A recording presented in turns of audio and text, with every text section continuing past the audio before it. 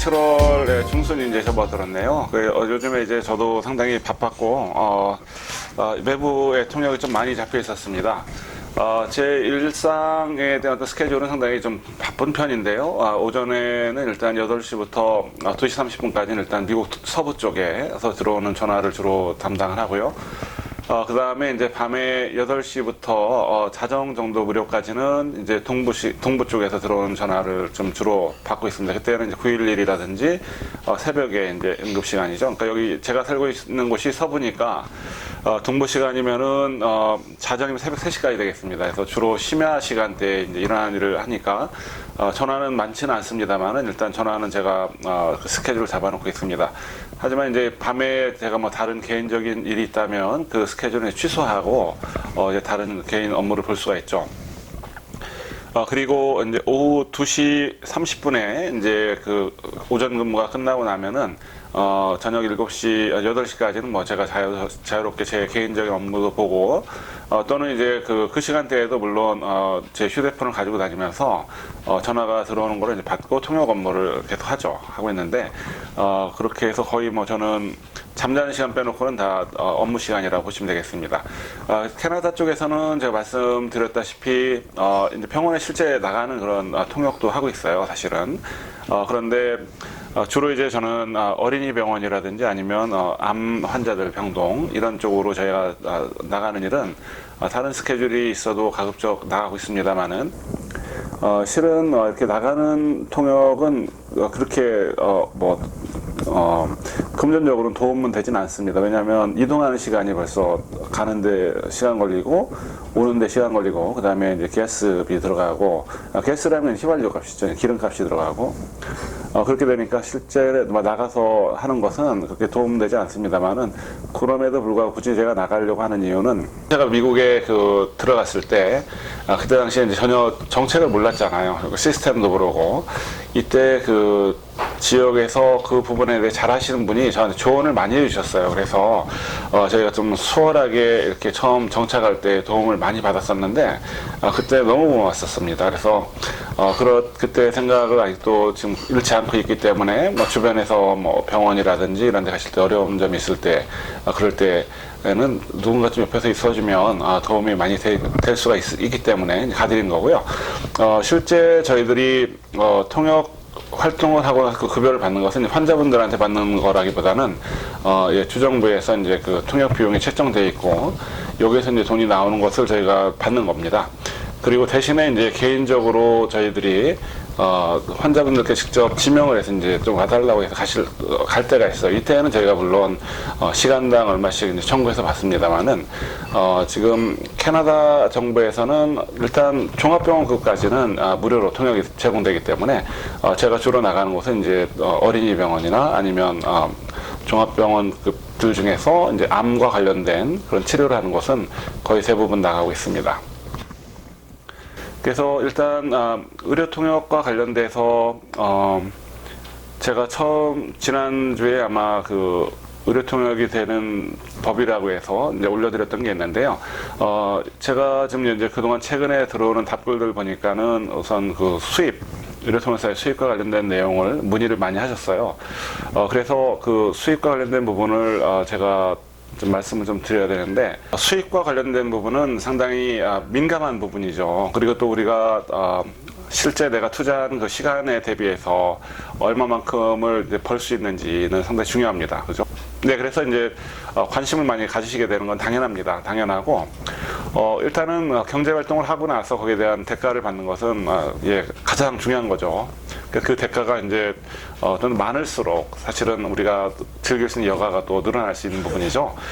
그래서 일하는데 이제 투자한 그 시간 대비해서 얼마만큼 내가 보상을 받는지는 가장 기본적인 문제인데 사실 그게 좀 말씀드리기가 좀 곤란한 부분이 물론 저는 나중에 제 거를 공개를 해드릴 거예요. 공개를 해드릴 텐데 곤란한 부분이 뭐냐면 통역사들에 따라서 그 수입은 상당한 편차가 큽니다. 커가지고 그 이유가 이제 통계에 나와 있어요. 그래서 많게는 한 12만 불 정도 미화 기준입니다. 그리고 적게는 한 1달러부터 가겠죠. 1달러는 사실 받지는 않겠습니다만은, 예, 적는 건 뭐 수입이 없는 경우도 포함할 수 있으니까, 이제, 예, 그렇습니다. 그러니까 얼마만큼 내가 나 자신을 열심히 마케팅을 하는지, 그리고 얼마만큼 많은 그런 비즈니스 마인드를 가지고 하시는지에 따라서 이 수입의 규모는 상당한 편차가 있을 거라고 생각합니다. 그래서 항상 적극적으로 생각을 하셔야 되고, 그리고 예, 이 에이전트들을 잘 활용하셔야 돼요. 그래서 에이전트들과 유대관계도 좀 좋으셔야 될 거고, 그래야지만 이제 그 일이 많이 들어오죠. 그래서 그렇고, 그 다음에 취소해야 되는 거, 받지 말아야 될 일과 받을 수 있는 일을 잘 선별해서 받으시는 거. 그러니까 내 능력 범위 이상 넘어가는 일을 받으시면 사실 안 됩니다. 왜냐하면 돈 때문에 갔다가 능력이 안 되는 거예요. 그러니까 능력이 안 된다는 건 뭐냐면 그 분야를 모르는데 통역으로 들어가는 거죠. 그럴 때에는 지난 편에 말씀드렸습니다만 통역사에서는 이제 블랙리스트가 있다고 말씀드렸는데 다음부터는 그 일을 못 받으시게 되는 거예요. 이제 그러니까 충분히 고려를 하시고 내가 받을 수 있는 일인지를 아셔야 되는 거고요. 그 다음에 일단 수락을 했는데 만약에 생각을 해보니까 안 맞는다 이거예요. 그때는 반드시 연락을 해서 꼭 다른 통역을 섭외해서 진행하라고 얘기를 해주셔야 됩니다. 그래야지만이 에이전트에서도 차질 없이 이제 그 진행할 수가 있고 또 그것이 그 회사에서 또 손님을 잃지 않는 방법이죠. 그러니까 서로 협조를 잘 해주셔야 되고요.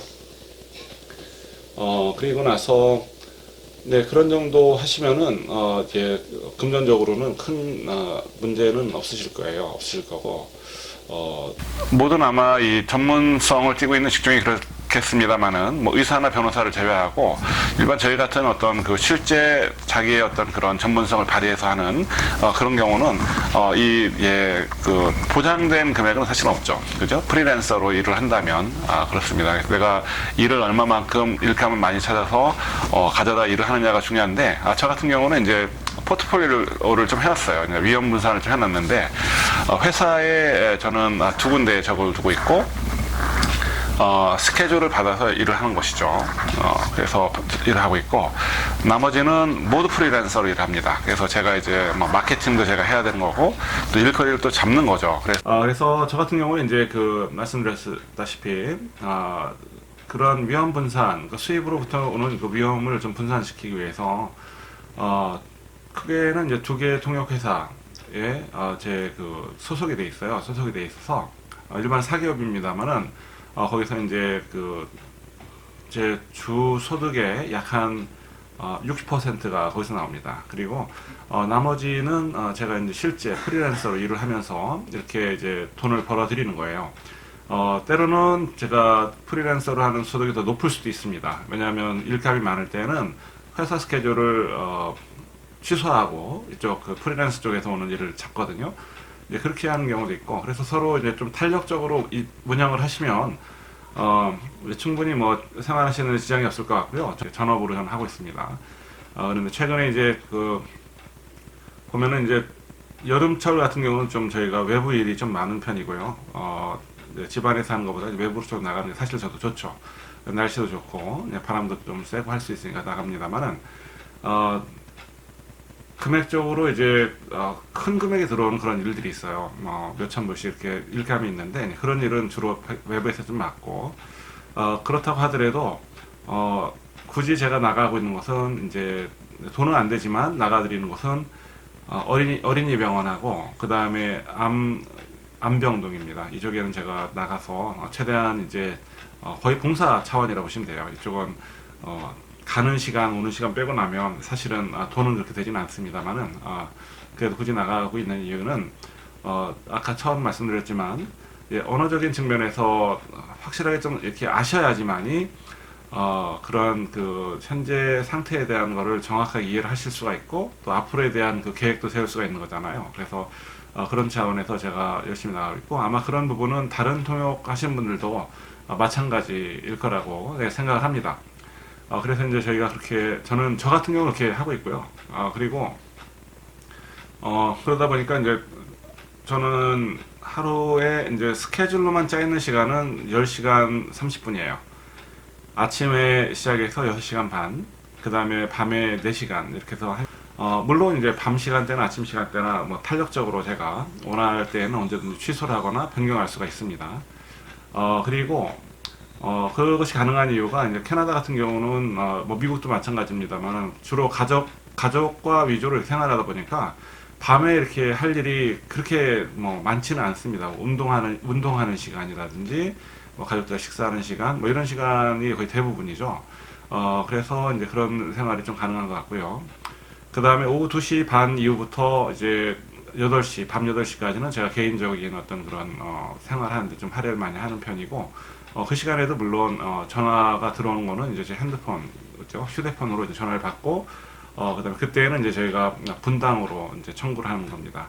그 휴대폰으로 전화를 받는 요금이 싼 편은 아니에요. 비쌉니다만은 그렇게 하고 있고. 이때도 이제 어떤 한국어를 하시는 우리 교포분들이 돈을 내시는 것이 아니고 그 서비스를 이제 제공하는 회사 또는 병원 측에서 이제 여기에 대한 부분을 부담하기 때문에 뭐 부담 없이 쓰셔야 됩니다.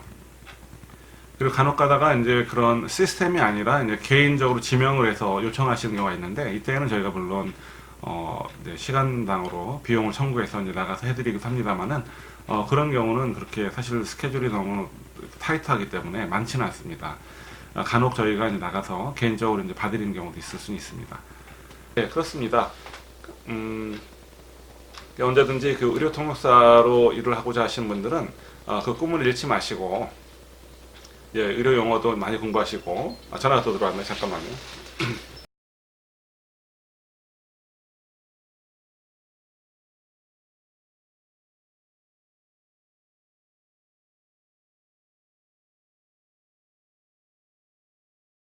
시작하는 게 중요합니다. 시작하는 게 중요하고 왜 그러냐면 처음에 시작할 때는 내가 내가 모르는 것이 무언지를 모르기 때문에 잘 안 보입니다. 그러니까 왜냐하면 사람은 자기가 아는 만큼만 볼 수 있기 때문이죠. 그래서 하지만 일단 발을 담그고 시작을 하시다 보면 길이 보이고 그 다음에 어느 곳을 가는 게 맞다라는 걸 알 수가 있게 됩니다. 하시면서 일단 하시고 그 다음에 진행하시다가 보면은 이제 길이 보일 거고요. 길이 보이는 순간에 이제 기회가 몇 번 찾아옵니다. 그럴 때 이제 그 기회를 놓치지 마시고 잘 활용하시면 충분히 성공적인 그런 통역으로 활동하실 수 있을 겁니다. 예, 일단 포기하지 마시고 열심히 하시고요. 언제든지 궁금한 게 있으시면은 저한테 문의해 주십시오. 네, 감사합니다.